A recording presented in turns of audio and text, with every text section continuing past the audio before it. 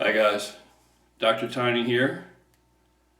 Want to introduce you to a new series, a new line of videos I'm going to be adding to the channel entitled, Is It Snake Oil?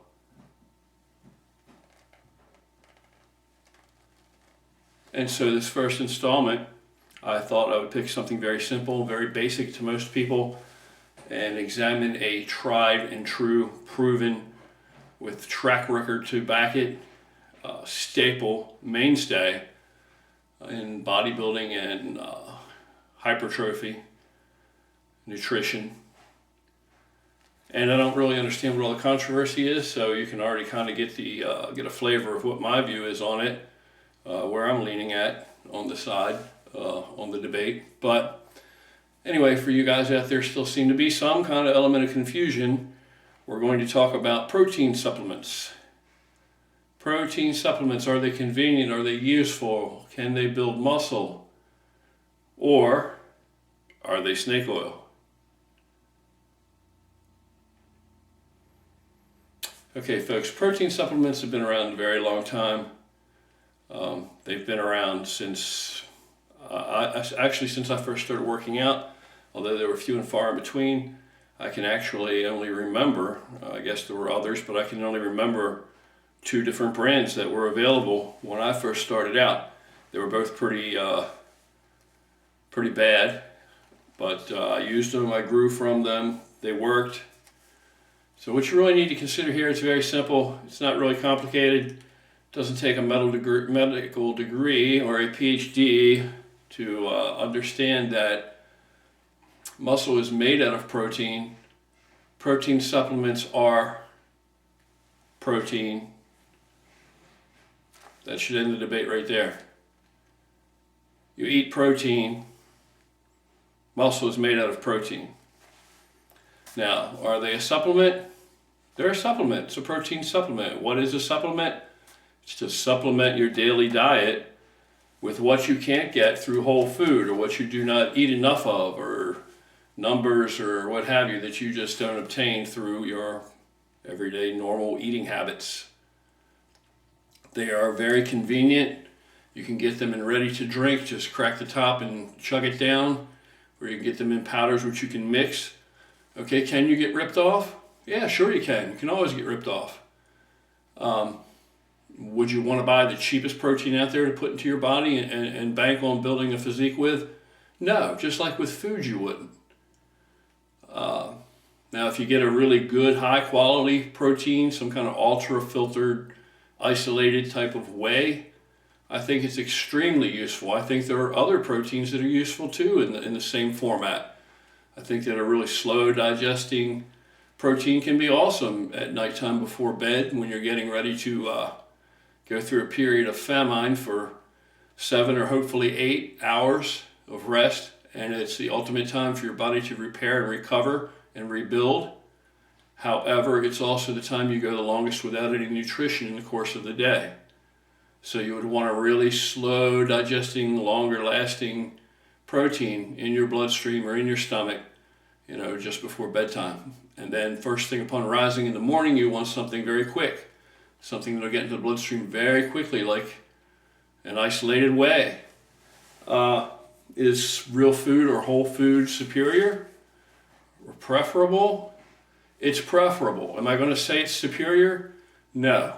Believe it or not, I'm not going to say it's superior. The reason for that is they both have their pros and cons. You can do so much with real food. It's a lot to have to eat in the course of a day to hit these numbers if you're really doing it correctly with quality. Every day, the body loves consistency. You need every day to hit these numbers. So you have the convenience. If you get caught out somewhere, you can turn to one of these so you don't go too long without any protein. You have to try and understand the body is always catabolic or anabolic. You're never just walking the line maintaining. You're always around the clock constantly, either building muscle or cannibalizing muscle. Always switching back and forth. No one can maintain and walk the line. So when your body is caught without the protein that it needs, or the amino acids it needs in the bloodstream to rebuild, muscle or repair muscle tissue or to create any type of protein material, then it will cannibalize another muscle. So immediately. And we go through this all day long, on and off, on and off, on and off. The best you can do to try and stave it off or avoid it is by getting some type of protein into your gullet every 2 to 3 hours through the whole waking period. And like I said, be smart about it. Fast protein in the morning, and what's going to be faster than like a whey isolate?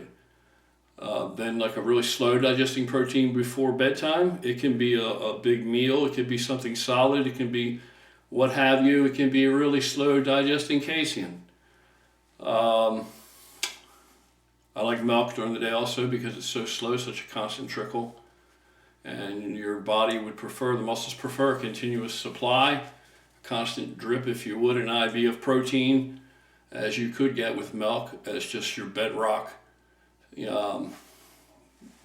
material that you could pound throughout the day and then build your food and your meals above that. I sip milk all day long, basically. Now, are these the same type of eating habits I would have if I were getting ready to try and do a show? No. If I were getting ready to try and diet down, the protein intake would go up. Protein intake would need to be higher than when I'm just trying to get big. I'm trying to put on more size. I actually literally can do that with less protein, much less protein than what I take in to get cut up. Many reasons for that. Don't need to delve into them here because you don't need that information. It's just going to overcomplicate things for you right now. And it's off topic. It's not what we're here to discuss at the present time. Maybe another time, another video. Also, there's a thing called protein efficiency ratio. Now, I don't know when we just threw this to the wayside and forgot all about this, but there's a number of ways that proteins are rated. And do you realize that whey isolate has a much higher efficiency rating than anything you can eat, than anything else? Whey isolate. Okay, now what does that mean? What is the protein efficiency ratio to PER ratings? If you Google it and look it up, I'm not going to go into all that crap here. You don't believe me? Google it and read it. You should know the information anyway, and you can find a list of different food items and things that different types of protein, and it's everything from bioavailability ratings to the protein efficiency ratio is actually gain in body mass divided by protein intake. So what they do in a study group of what have you, and not necessarily humans, animals, mammals, or whatever, they would feed it X grams of protein and look for whatever gain in body weight it was over X period of time. And then they would compare these with different types of protein over the same period of time with the same stimulus or same stimuli. And then that's how they figure out net gain. And do you realize that whey isolate heads top of that list?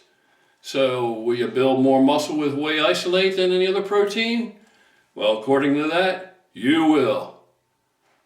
So I don't know where everybody come off with the idea now protein supplements are garbage. Not saying that some are not. You have unscrupulous people out there. You have manufacturers that are selling you short, so forth and so on. But there are good stuff out there. I like GAT. G-A-T. I use their protein. I love it. I like their Supertein. I think it's incredibly awesome. There are others. I use Isopure, of course. I think it's awesome. So check out the protein efficiency ratio. Take a look at that shit. All right? Don't keep stuffing your brain full of nonsense and bullshit that's not going to progress your physique. You let me know if it does, okay? It's not going to progress your physique. Will you get big eating real food, whole food? Sure you will. Like I said, these are supplements. All right? It's not, but they're also very useful. And in some instances, to me, they're preferable. They are preferable. Whey isolate is invaluable to me. Invaluable. And the same thing with a really good casein protein. What if I want a nice, what if I want to put 50 grams, 60 grams of casein in my stomach before I go to bed at night, or I want to leave it by the nightstand and sip on it? Overall, I can condense that, get a really nice large amount of protein, grams-wise, as opposed to drinking milk, right? If I sit a gallon of milk next to the bed at night, how much milk am I going to have to drink? There's only like 120 some grams of protein in a whole gallon. Okay, so if I want nice, slow, long digesting protein, I can get the same effect from a casein supplement. So supplements have their place. Supplements have been around since the earth began to cool, since the first caveman walked out of his cave, picked up a stone, started curling it, and wanted to figure out how he could get bigger. Of course, I'm exaggerating a little bit, but not much. So try telling all these other guys that have come way before you or even thought about. Try telling those guys that that was imaginary muscle they built with those protein supplements.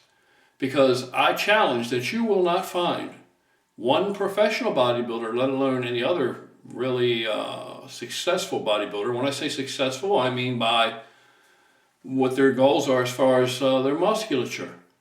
When I say bodybuilder, or I say professional bodybuilder, we're talking the sport of bodybuilding.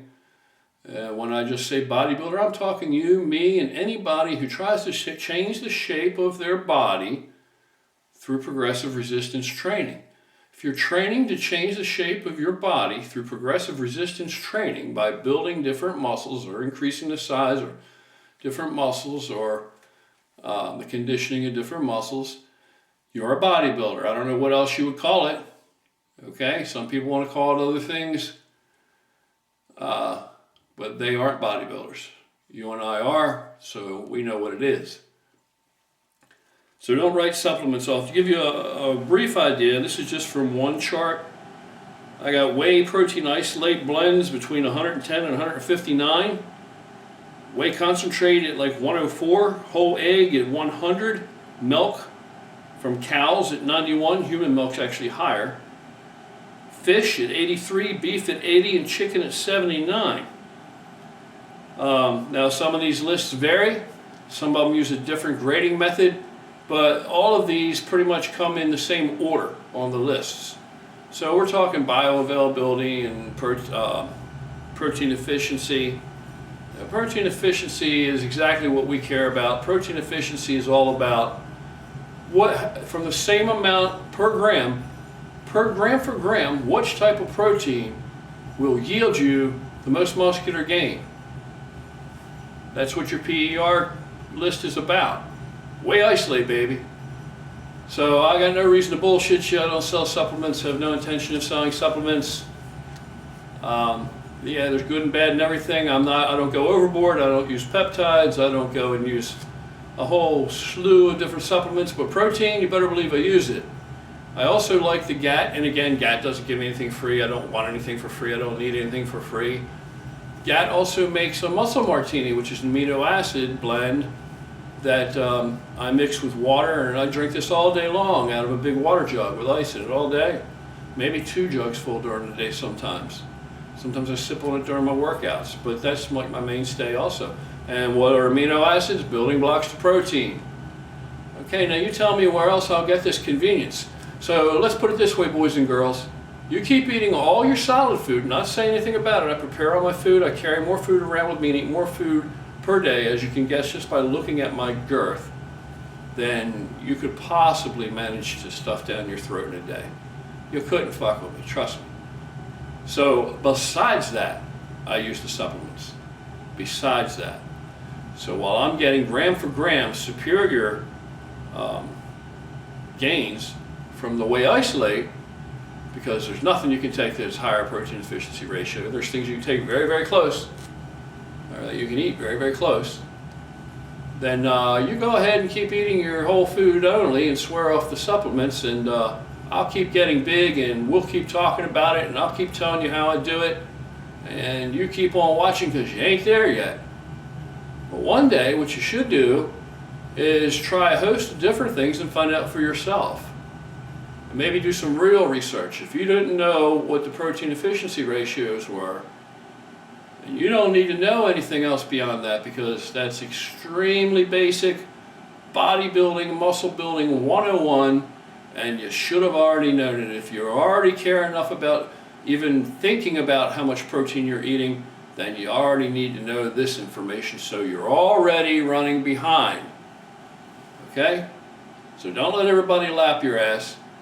You know, downshift, step on the pedal, step on the loud pedal, and learn about the protein efficiency ratio, and put a strategy together that you can incorporate this to your advantage. That's it for me. Been a long day at the office. Got a lot to do tomorrow. A couple head transplants. Got to switch the left foot out with the right foot. And I got another guy who's got a bad compressor. I got to pull that out, and I'll try to leave the lines attached. Of course, just move all the shit out of the way so I don't have to break it open and lose all this Freon. But, oh no, wait a minute. That's not people, right? Okay. I'll figure it out in the morning. Have a great night, and keep on lifting.